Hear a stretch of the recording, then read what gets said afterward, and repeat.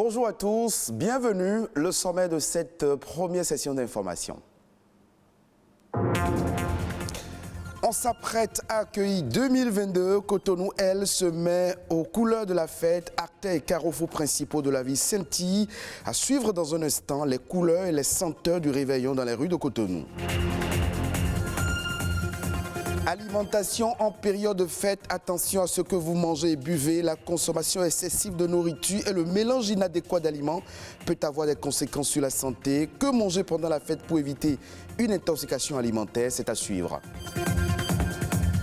Toutes les couches de la population n'ont pas accès au système de services financiers. Le phénomène n'épargne pas le Bénin. Les causes et les pistes de solutions dans ce journal.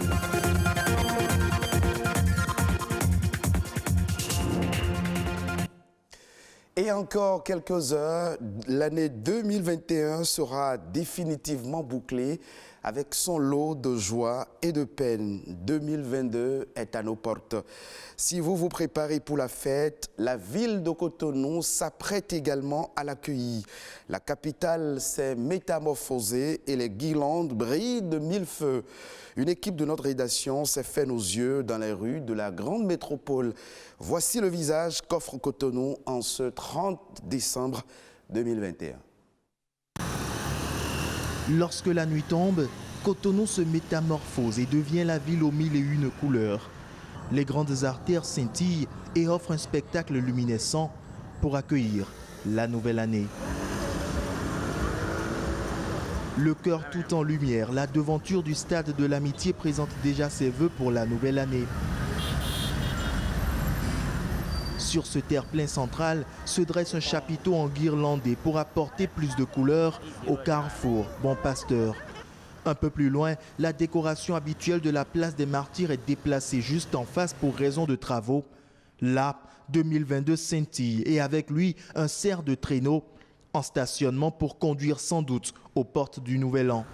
Je pense que c'est très intéressant, la ville est assez coloriée, il y a assez de lumière et on sent bien les fêtes venir. On se réjouit de voir autant de lumière, autant de décoration un peu partout. 2022 approche et chacun se prépare à l'accueillir à sa façon. Je prépare la fête comme d'habitude, à la différence que les choses sont un peu chères, mais on essaie quand même de donner un peu de satisfaction aux enfants puisque c'est pour eux que nous sommes là, c'est pour eux que nous travaillons. Et on a commencé à faire les courses petit à petit, un peu de déco aussi, et voilà. Une année s'achève et une autre va démarrer. 2022 va-t-elle être une heureuse année pour tous? En tout cas, c'est le souhait de tout un chacun. Alors, à tous les Béninois, je voudrais formuler les vœux de bonne santé.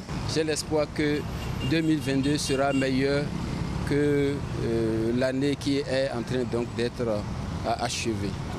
La santé avant tout, la prospérité, le bonheur, la joie de vivre et tout. En attendant la concrétisation de ces vœux, la métamorphose de Cotonou continue et va probablement couvrir tout le mois de janvier. Nouvel an, Cotonou aux couleurs de la fête. Un reportage signé Patrick Nimavo, Lucrèce Amouzoui.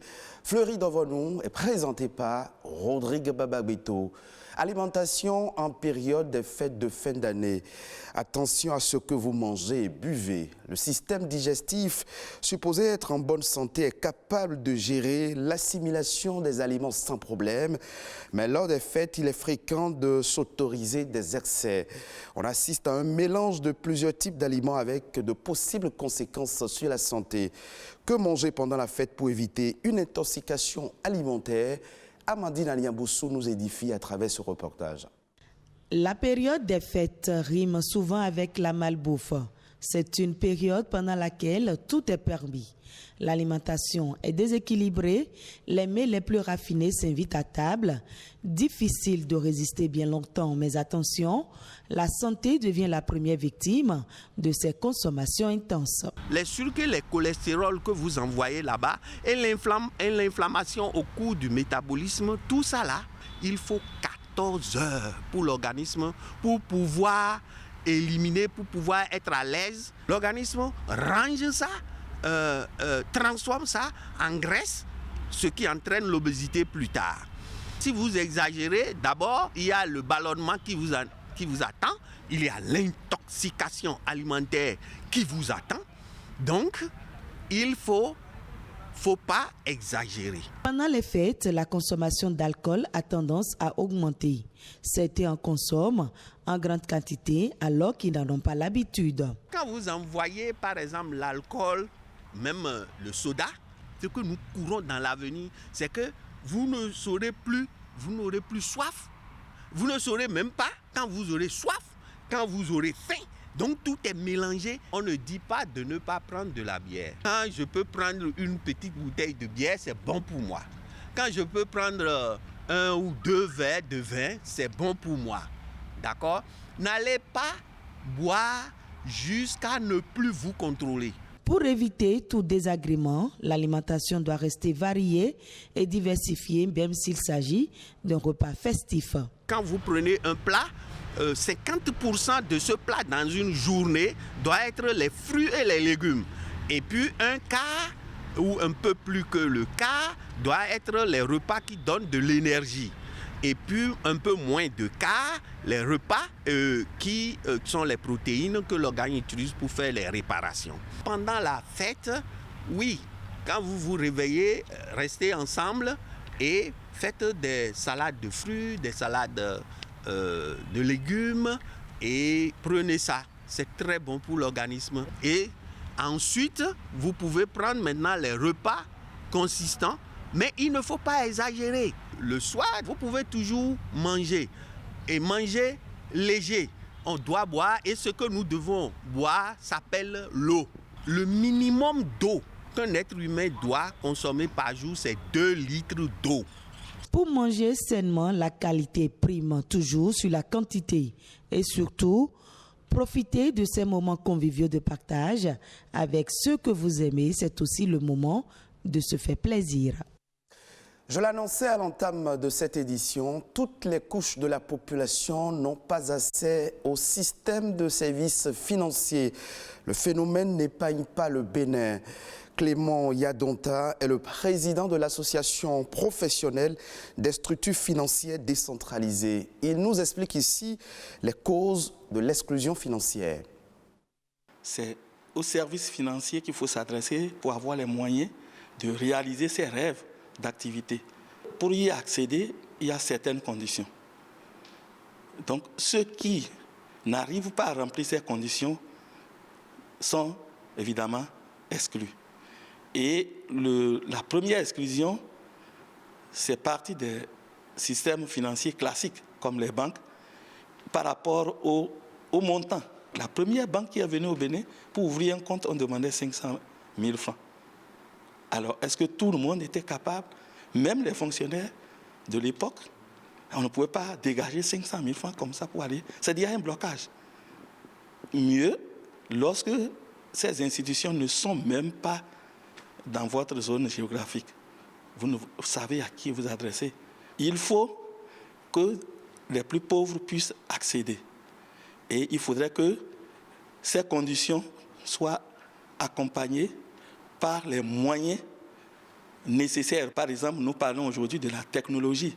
L'Internet, ça peut aider à l'inclusion financière. Mais si ça ne couvre pas le territoire national, c'est impossible pour les systèmes financiers décentralisés d'accélérer ce processus-là. Le Bénin doit absolument avoir une stratégie d'inclusion financière. Et je pense que cette stratégie est en cours d'élaboration parce que les acteurs, le gouvernement, la Banque centrale de notre zone et nous qui sommes acteurs de l'inclusion financière, nous devons adopter une stratégie qui va permettre donc à chaque acteur de savoir exactement quelle action et quel acte il faut poser pour conduire vers l'inclusion financière. En bref et en images, au cours de la dernière décennie, le Ghana a multiplié les actions pour freiner la prolifération des médicaments contrefaits dans le pays. Le Ghana numérise ses pharmacies pour faciliter l'accès aux médicaments de qualité. C'est la plateforme e-pharmacie. Elle permettra d'authentifier ou non des médicaments proposés, de vérifier les opérations de pharmacie non agréées, de réduire les disparités dans le coût des médicaments et de minimiser certains problèmes administratifs et de livraison qui nuisent à l'activité des pharmacies. Avec cette réforme, le Ghana fera partie de la liste des économies numériques pharmaceutiques. Dans la suite de ce journal, je vous invite à suivre à présent le condensé de quelques informations qui ont marqué l'actualité internationale ces derniers jours. C'est dans Écho Inter, préparé et présenté par Héloïse Winator.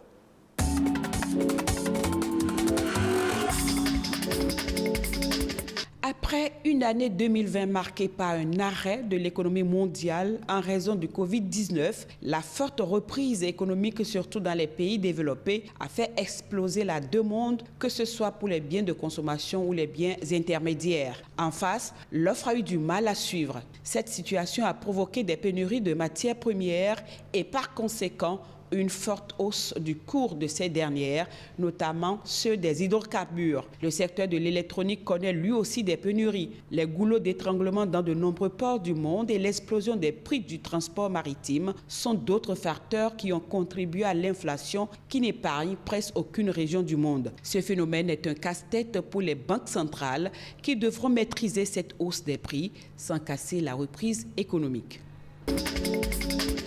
La multiplication des engins spatiaux en orbite basse commence à poser de sérieux problèmes de trafic avec une multiplication des risques de collision. Une collision a été évitée de justesse entre la géante Starlink de SpaceX du milliardaire Elon Musk et la station orbitale chinoise Tiangong. L'incident s'est produit mardi dernier et selon un document adressé début décembre par Pékin au Bureau des affaires spatiales de l'ONU à Vienne, l'administration spatiale chinoise, CNSA, a dû procéder à des manœuvres pour ne pas mettre en danger la sécurité des astronautes chinois. Pékin durcit les conditions d'entrée en bourse de certaines entreprises chinoises à l'étranger, une façon notamment pour lui de mettre fin à une faille juridique. La nouvelle réglementation concerne surtout les entreprises dans le domaine de nouvelles technologies qui souhaitent aller chercher des capitaux hors de Chine. Jusqu'à présent, elles contournaient l'interdiction qui leur est faite en créant des sociétés miroirs. Ces entreprises devront donc désormais s'enregistrer auprès de l'autorité nationale de réglementation des valeurs mobilières. Cela permettra notamment à Pékin de contrôler les données de ces entreprises en plafonnant à 30% les parts qui pourront être détenues par des investisseurs étrangers. Pékin redoute ainsi que des données cruciales accumulées par ces géants technologiques ne passent à l'étranger. Et puis enfin, flambée du prix de la tomate en Inde, il bat tous les records. En cause, un climat hors de contrôle avec 47% de précipitations en trop. Une variation qui impacte les foyers les plus pauvres et de nombreux paysans. La tomate comme l'oignon sont des ingrédients fondamentaux de la cuisine indienne. On les retrouve dans pratiquement tous ces currys. Elle est vendue dans de nombreuses régions du pays à plus d'1 euro, voire même 2 €, soit environ 1300 francs CFA le kilo, contre 30 ou 40 centimes en temps normal, soit une hausse moyenne de 142%.